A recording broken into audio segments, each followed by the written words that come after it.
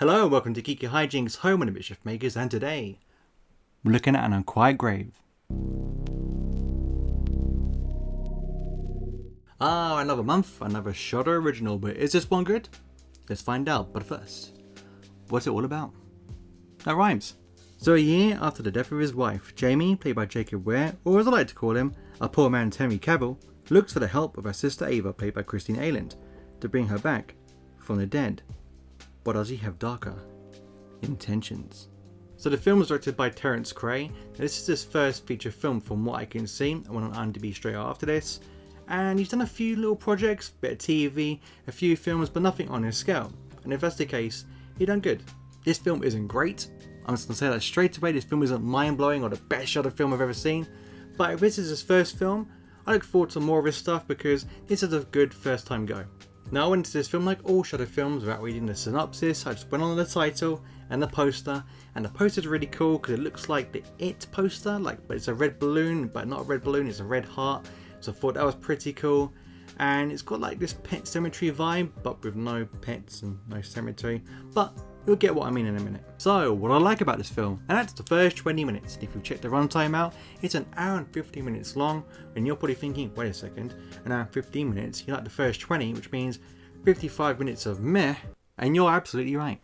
Because this film, the first 20 minutes, are really mysterious, they're intriguing, you don't know what's happening, you don't know what the story's about. Once you get to 15 minutes, you kind of think, okay, this is where they're going with this. 20 minutes, you're like, okay, now I know what's going on with this movie.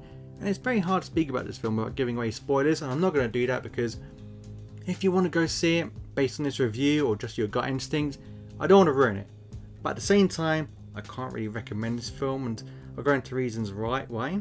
But the rest of this film is just a rush job. Those first 20 minutes take their time. They build the mystery up. Once you get to that mystery, it's literally like, brrr, even Sonic the Hedgehog would be like, what was that? The acting in this film was pretty good too, not Oscar winning, not like the best acting you ever can see in your entire life, but the two actors, now I must stress, there are only two actors in this entire film, and the film takes place over one night. So it's all like in a, self-contained location. They go to different places, but it's within the same area, and the two leads, they did pretty good. They did a good enough job for me to keep watching. I wasn't like, oh my god, this is the worst acting. And the film looks really, really good too. There's some nice long shots, some really nice cinematography in the forest, and you can see in the dark, which is always helpful in a horror because there was another Shudder original called The Power, and most of the time I was like, hello, movie, where I can't see anything right now. This film is really well lit, but it still looks like it's not being lit by like big lights and stuff. It looks really, really good. And the sound design's good too. It has like an 80s synthesizer mixed in, which only pops in every now and then, but I wish I really committed to that because that could have been quite cool. And there's a few little scary moments. And the music's used good in that scene. But yeah, not too many scares in this film, unfortunately. But the sound design's good.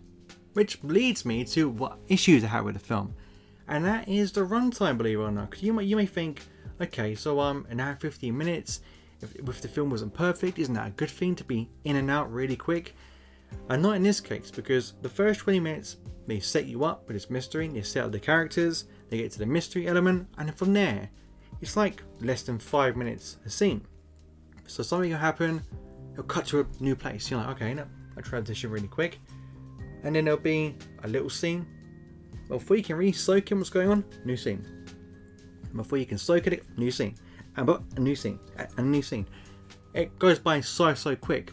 And they had a really interesting premise here. Like I said, pet cemetery, but with a little twist, something different. Maybe not totally original, could have been in a horror film in the past that I have not seen. But they just rushed by so quick that had they just taken their time giving the film, I guarantee, give this film half an hour more. Flesh out a few things, I'll give you a few more answers to a few questions, because you are left with a few questions at the end, which we're going to get to in a minute. But yeah, an hour and 15 minutes on paper sounds good for a film you may not like, but in this case, half an hour would have been better. And also, this film isn't for the easily distracted, because I found myself at least 10 times throughout this entire film of a runtime of an hour and 15 minutes, reaching for my phone, pausing the film, checking everything, my messages, what's going on in life, putting my phone back, going back to the film, and so on and so on and so on. Because even though these scenes zip by really quick, And you may think, okay, if everything's moving really fast paced throughout, that should keep you stimulated, that should keep you awake. Not really, because what happens in those scenes can be dull sometimes. And once you get past again the 20 minutes, they're trying to play it so subtle and they're trying to be quite mysterious. And like with Caveat, the latest Shudder original I reviewed, they give you a mystery and something to chew on, but you need to explain to us, the audience, what's going on, because I'm going to move on to that now. There's some bits in this film you're thinking, okay, is anyone going to explain this to me? Have I got to try and figure this out myself? Because I can. But you're giving me 20 minutes to try and work out a film that's an hour and 50 minutes long, and you're giving me breadcrumbs, and then one's leading that way, and one's leading that way, and one's leading that way, and you're like, I can try. So which way am I going? What's happening? And that's what this film's like. It gives you a few things to chew on, but it doesn't really explain what happens. And that last second of the film threw me so far out the window. I was like, because it just ends like that. It's just got the most sudden ending of a horror film, almost like St. Maud, but at least St. Maud you can work out what happened. This one I had to like rewind 3 times because it just ended, and I was like, what? Huh? I thought I died for a second. I was like, oh my god, am I in heaven? And I was like, oh no, I didn't. I need to rewind, see what happened. And I was like, okay, rewind it again. I was like, I can understand what's going on here.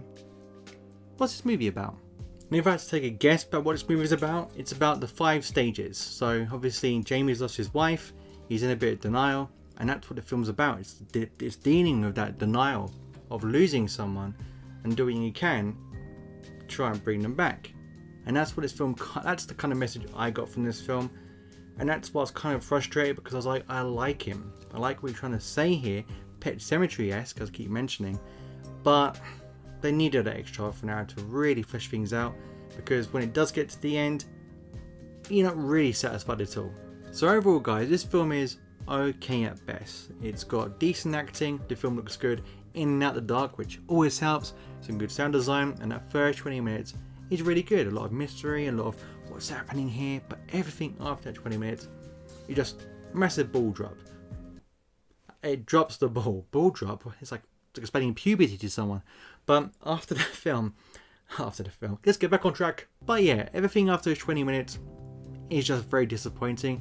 It just zooms by so quick, your attention span is lost, and I just needed a half an hour, 40 minutes longer, just to flesh a few story elements out, because this could have been a really decent horror film. I could have said to you, you know what, Shudder done a good horror film this time, go watch it, I recommend it, but I can't recommend this.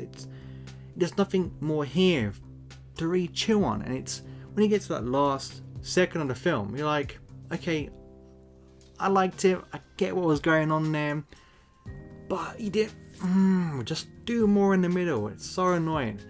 And as a result, I'm going to give this film a bronze win, because it is an okay horror, but it's a one-time spin, because I'm never going to watch it again.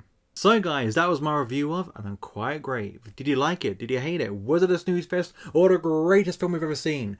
Come back to the comments and let me know, because I genuinely am interested. And if you like this video, drop me those likes, because it always does help. But until next time, stay out of trouble.